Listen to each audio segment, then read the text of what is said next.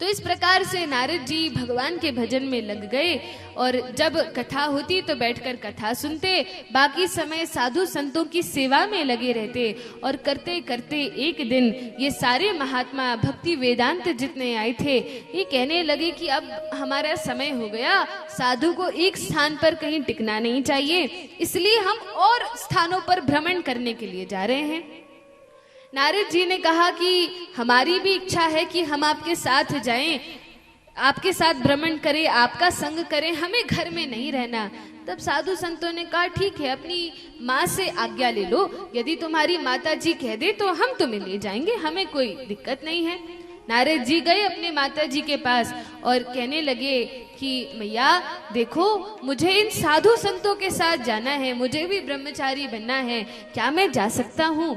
माता ने कहा देखो बेटा, तुम्हारे पिताजी नहीं है, तुम्हारा कोई भाई बहन नहीं है, मैं अकेली हूँ और मेरे पास केवल तुम हो और कोई सहारा नहीं है। अब तो वृद्धावस्था आने वाली है, तब कौन मेरे साथ रहेगा, कौन मेरा सहारा होगा?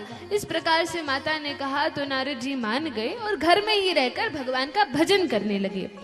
लेकिन एक दिन की बात है, जब नारद जी की माता गाय का दूध निकाल रही थी, गौ दोहन कर रही थी, उसी समय रात्रि का समय था, एक सर्प ने आकर, काल रूप सर्प ने आकर नारद जी की माता को डस लिया। सर्प दंशन से उनकी मृत्यु हो जाती है। नारद जी छोटे बालक थे, 5-6 वर्ष के, उनकी माता की मृत्यु हो गई। पिताजी पहले से नहीं थे और कोई नहीं था, केवल एक माँ ही थी, वे भी चली गई। लेकिन नारद जी रोए नहीं।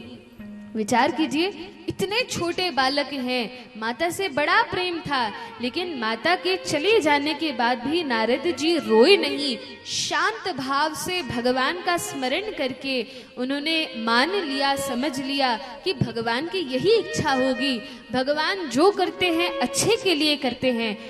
भगवान ने यदि कुछ लिया है तो वे चाहते हैं कि मैं संसार बंधन को छोड़कर उनकी भक्ति करूं। और तब नारद जी घर में नहीं रहे, घर से निकल जाते हैं और संपूर्ण पृथ्वी का भ्रमण करते हुए अलग अलग शहरों का, गांवों का, वनों का, जंगल का भ्रमण करते हैं। और जो संत आए थे, संत ने जैसी विधि बताई थी उसके अनुसार नारद जी भजन करने लगे। अब नारद जी क्या करते हैं? नारद जी ने देखा कि एक जंगल है, एक वन है, एक वृक्ष के नीचे बैठ गए और वृक्ष के पास में ही सरोवर था।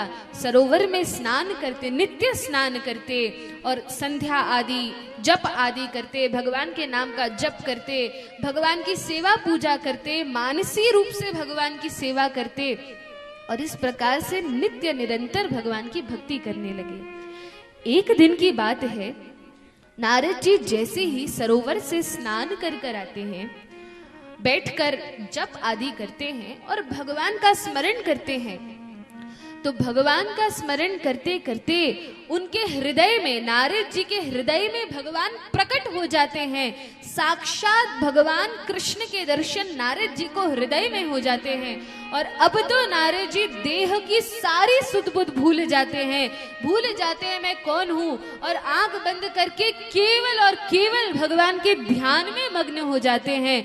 अब तो भगवान के सुंदर रूप का दर्शन हो रहा है, सुंदर चरण कमल है, भगवान रेशमी धोती पहने हैं, कटी पर सुंदर करधनी है, भगवान मोर मुकुट धारण किए हैं, वनमाला पहने हैं, बांसुरी हाथ में पकड़े हैं, भगवान का रूप प्रकट हो जाता है और नारद जी इतने प्रसन्न हो जाते हैं, उठकर नाचने लगते हैं, कीर्तन करने लगते हैं।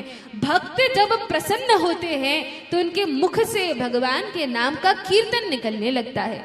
तो नारद जी प्रसन्न होकर भगवान का कीर्तन गाते हैं। बोलिए भक्तवत्सल भगवान की जय।